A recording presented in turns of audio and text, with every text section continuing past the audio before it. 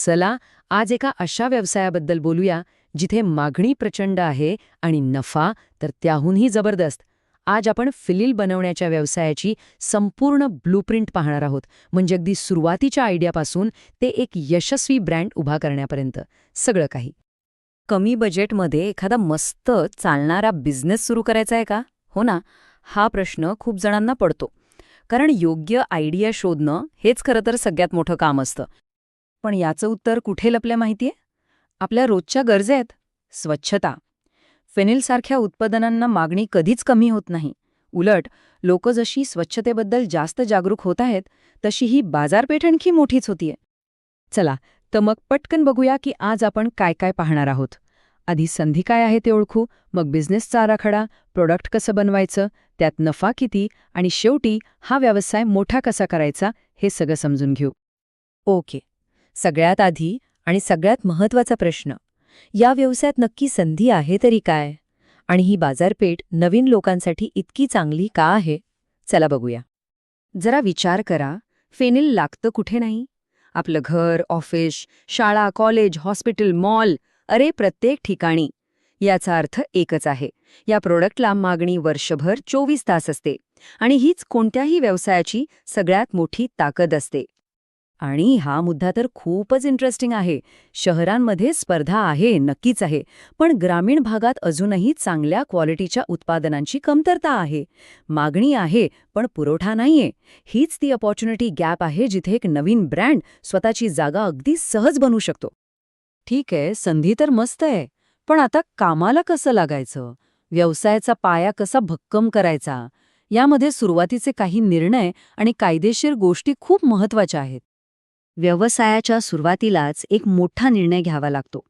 एक म्हणजे तयार माल विकत घेऊन फक्त पॅक करून विकायचा, ज्याला ट्रेडिंग म्हणतात. किंवा दुसरा पर्याय म्हणजे स्वतःच सगळं काही बनवायचं, म्हणजे मॅन्युफॅक्चरिंग करायचं. दोन्हीमध्ये जमीन आसमानाचा फरक आहे. पहिला ऑप्शन तर बघा, एकदम कमी गुंतवणुकीचा. फक्त 9,000 रुपयांमध्ये तुम्ही तयार कॉन्सन्ट्रेट विकत घेऊन त्याला पॅक करून विकू शकता. ज्यांना कमी बजेटमध्ये सुरुवात करायची आहे त्यांच्यासाठी हा एक खूप सुरक्षित आणि सोपा मार्ग आहे. आणि दुसरं ऑप्शन आहे स्वतःचं मॅन्युफॅक्चरिंग युनिट सुरू करण्याचा. यासाठी गुंतवणूक नक्कीच जास्त लागते, पण याचे फायदेही मोठे आहेत. नफा जास्त मिळतो आणि तुमच्या ब्रँडवर तुमचं पूर्ण नियंत्रण राहतं. तुम्ही स्वतःचा खास फॉर्म्युला पण बनवू शकता. आता बोलूया जरा कागदपत्रांबद्दल. कोणताही व्यवसाय कायदेशीररित्या पक्का असला पाहिजे.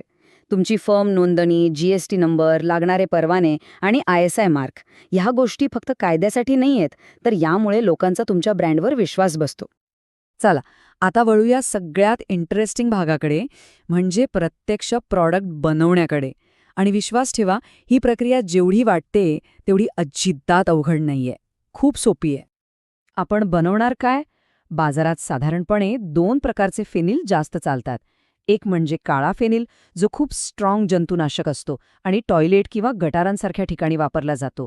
आणि दुसरा म्हणजे पांढरा फेनिल, जो सुगंधी असतो आणि घरात किंवा ऑफिसमध्ये फरशी पुसायला वापरतात. आता बघूया की समजा 1000 लिटर पांढरा फेनिल बनवायचं असेल तर साधारण काय काय लागतं.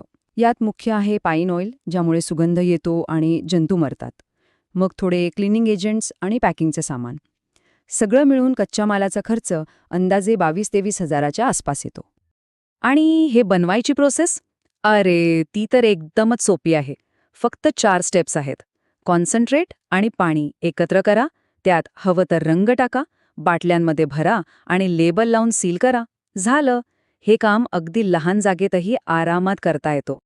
ओके, सगळं झालं, पण सगळ्यात महत्त्वाचं पैसा, म्हणजे नफ्याचं गणित काय म्हणतं?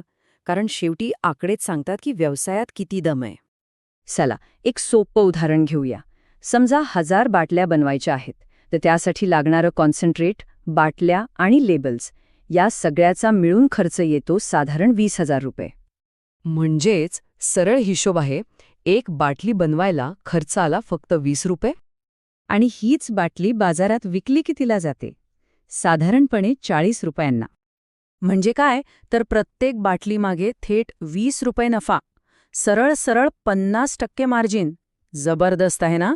या व्यवसायाची खरी ताकद याच आकड्यांमध्ये आहे. नफा तर चांगला आहे, पण बिझनेस फक्त सुरू करून नाही चालत, तो वाढवावाही लागतो. मग तो कसा वाढवायचा आणि कोणत्या चुका टाळायच्या ते पाहू. आता विक्री कशी वाढवायची? त्यासाठी काही स्मार्ट आयडियाज आहेत. शाळा, हॉस्पिटलसारख्या ठिकाणी थेट संपर्क करून मोठ्या ऑर्डर्स मिळवता येतात. स्थानिक दुकानदारांना कमिशन देऊन आपलं जाळं वाढवता येतं.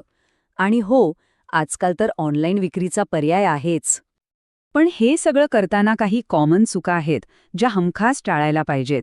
जसं की खर्चाचा हिशोब न करता किंमत ठरवणं किंवा सुरुवातीलाच खूप महागडी जागा घेणं.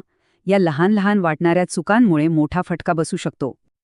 तर मग आता करायचं काय? ही घ्या एक सोपी 4 स्टेप ॲक्शन प्लॅन. सगळ्यात आधी कायदेशीर नोंदणी पूर्ण करा. मग बजेट बनवा, त्यानंतर जागा आणि मशिनरी फायनल करा आणि मग सॅम्पल बनवून मार्केटिंगला सुरुवात करा. बस. तर बघा, सगळा आराखडा समोर आहे, संधी दिसतीये, प्रक्रिया सोपी आहे आणि नफा तर आकर्षक आहेच. आता प्रश्न फक्त एकच आहे, ह्या ब्लूप्रिंटचा वापर करून काहीतरी जबरदस्त उभं कोण करणार?